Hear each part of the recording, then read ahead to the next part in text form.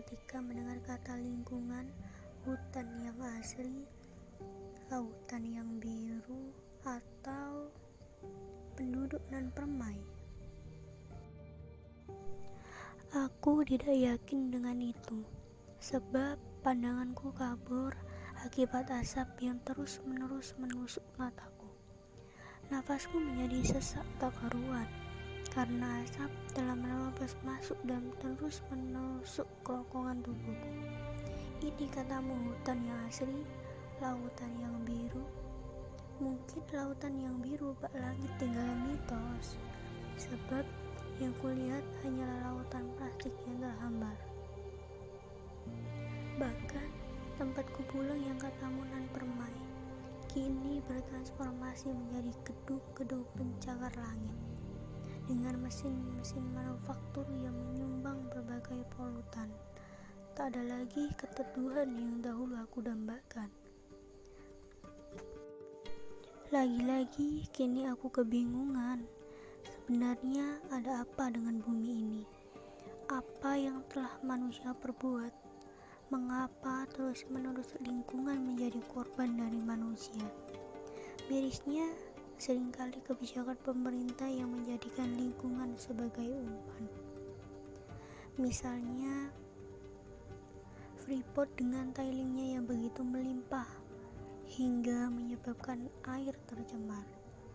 Begitupun dengan hutan.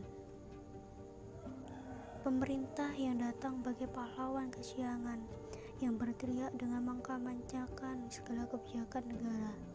Tidak lebih dari sekedar omong kosong tak bermakna. Hal ini tercermin pada MIF, program pemerintah di Kabupaten Merauke, yang memberi angan-angan bahkan kelak pada tahun 2030 cadangan pangan untuk rakyat akan melimpah. Dengan begitu sektor ekonomi akan meningkat. Namun pelaksanaannya seolah tak mengindahkan lingkungan. Juga keberadaan masyarakat sekitar, bahkan hutan pun rusak, sumber air pun tercemar. Contoh lain skema RIDD+ yang merupakan pendekatan baru dalam konservasi hutan di Indonesia. Skema ini menjanjikan bahwa National Determined Contribution in Indonesia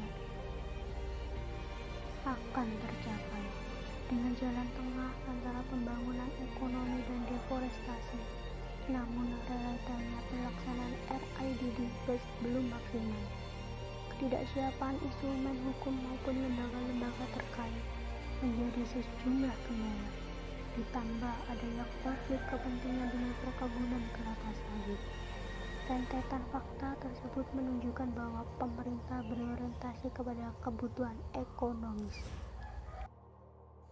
dengan tidak mengindahkan ekologis. Akibatnya lingkungan terus-menerus menjadi korban.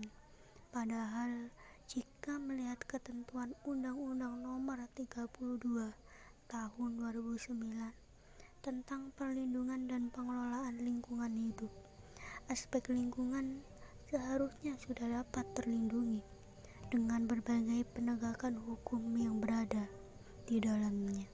Terlebih dengan adanya Green Constitution,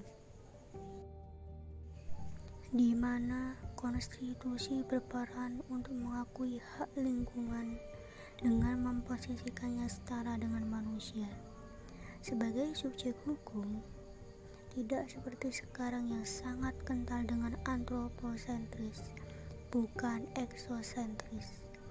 Semoga konstitusi dan segala produk hukum yang katanya melindungi lingkungan benar-benar terrealisasikan sebagai upaya optimalisasi dalam sebagai kebijakan yang dikeluarkan oleh pemerintah. Tidak hanya menjadi tinta hitam di atas kertas yang tak bermakna. Memang kita tidak akan mungkin mengelak dari pembangunan ekonomi, tetapi kita akan bisa terus-menerus mengorbankan lingkungan demi keegoisan diri kita sendiri. Bumi sedang tidak baik-baik saja. berbagai permasalahan lingkungan harus segera diatasi, bukan sekedar retorika, melainkan sebuah aksi yang nyata, karena pada akhirnya ekstensi generasi muda hanyalah sementara, sedangkan alam akan terus ada. Sebagai manusia, kita harus peduli. Sikap kepedulian itu sangat penting. Tidak memandang status kita apa dan siapa. Hal kecil yang kita lakukan hari ini akan berdampak besar di kemudian hari. Peduli lingkungan itu kewajiban kita semua. Tak seharusnya memandang kasta,